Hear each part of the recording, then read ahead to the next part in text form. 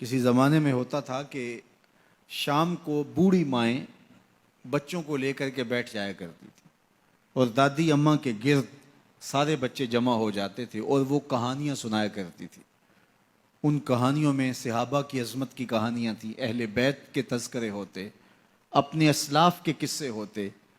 کہانی کے روپ کے اندر وہ دین گھول کے بچوں کو پلایا کرتی تھی، اور بچوں کو اس کا چسکا، اس کا نشہ ایسا تھا کہ وہ روز شام کو دادی اماں کے بستر میں گھس جاتے اور دادی اماں ان کو دین کا سبق دیتی، اپنی روایات پڑھاتی، اخلاقیات سکھاتی، اور بچے اس درس گاہ سے پڑھ کے جب نکلتے تو پھر وہ دنیا کے جس کونے پہ بھی کھڑے ہوتے اس درس کو کبھی بھی بھولا نہیں کرتے تھے۔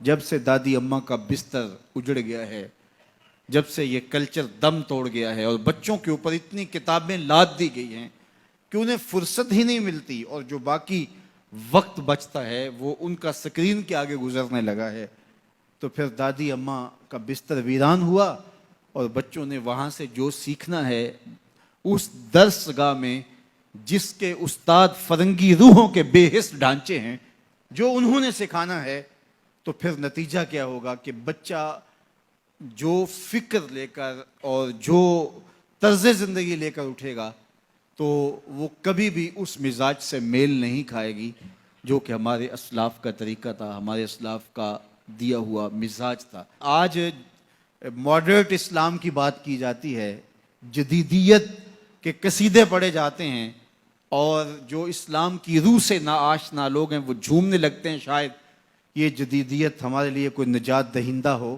یہ ہمارے لیے کوئی پیغام شفا بن کے ہمارے اوپر نازل ہو رہی ہے۔ یہ جدیدیت، یہ اسلام کا مزاج نہیں ہے۔ اسلام وہی ہے جو 14 صدیاں قبل صفہ کے چبوترے پہ بیٹھ کے رسول اللہ نے صحابہ کو پڑھایا تھا۔ اسلام وہی ہے جو مسجد نبی کی چٹائی پہ بیٹھ کے رسول اللہ نے درس دیا تھا، وہی اسلام ہے۔ اسلام نہیں بدلا، اور نہ ہی اسلام کے اندر کوئی ناسخ و منسوخ ہے کہ جو مشکل لگا اس کو نکال دیا، جو آسان سمجھا اس کو جو ہے وہ رکھ لیا۔ یہ خواہشات کا اسلام نہیں ہے، آرزوؤں کا اسلام نہیں ہے کہ جو مشکل لگا اس کو نکال دیا۔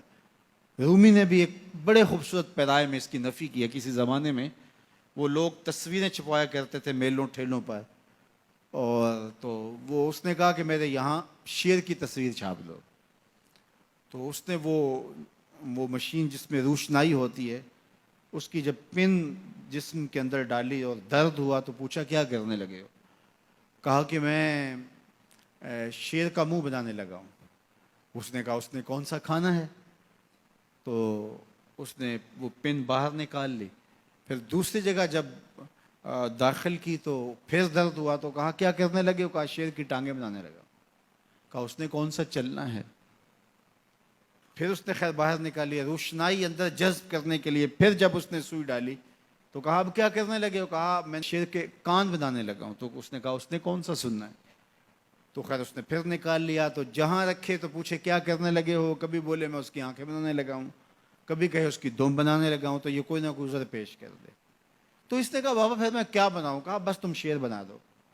اس نے کہا میں کیسا شیر بناؤں جس کی آنکھیں بھی نہ ہوں، جس کے کان بھی نہ ہوں، جس کی ٹانگیں بھی نہ ہوں، جس کا پیٹ بھی نہ ہو، جس کی دم بھی نہ ہو؟ کہا بس تم سمپل شیر بنا دو۔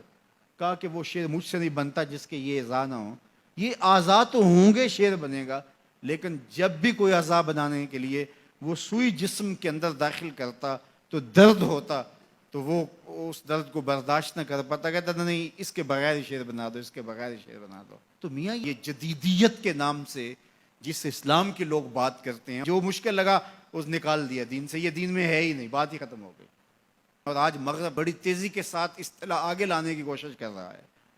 پہلے وہ دہشت گردی کے نام سے پورے مسلمانوں کو مارا، ایک اصطلاح لے کر آئے، اور پھر بنیاد پرستی کے نام سے، اور اب جو ہے وہ جدیدیت کے نام سے امت پر حملہ آور ہو رہا ہے۔ اسلام وہی ہے جو کھجور کی چٹائیوں پہ بیٹھ کے ابو ہریرہ نے رسول اللہ سے پڑھا تھا، وہی حیا کی لپٹی ہوئی چادر ہے جو فاطمہ اوڑھتی تھی۔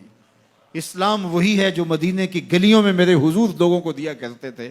اسلام وہی ہے جو اسلام ہمیں آنکھوں کا حیا بھی سکھاتا ہے اور دل کا حیا بھی سکھاتا ہے، جو ہمیں تقدس مآب زندگی کا درس دیتا ہے، ہمیں عفت، پاکیزگی، انکساری، عجز اور اللہ کے حضور 5 گانا سجدوں کی تعلیم فراہم کرتا ہے، کوئی نیا ایڈیشن اسلام کا جو ہے وہ نہیں چلے گا۔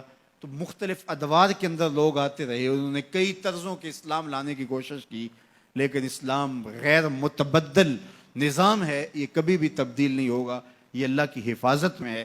اپنا منہ اگر کسی نے کالا کرنا ہے تو وہ کر لے، لیکن اسلام اپنی تمام چمک کے ساتھ ہر دور کے تقاضوں سے ہم آہنگ یہ دین، ہر دور کی ضروریات کو پورا کرتا ہوا یہ دین ہمیشہ لوگوں کو نور اور فیض بانٹتا رہے گا۔ اور اس دین کا ابتدا سے لے کر کے قیامت کے آخری شخص تک ہر شخص کی ضروریات کی کفالت اسلام کرتا ہے، اور سارے ادوار کی ضروریات کو یہ پورا کرتا ہے۔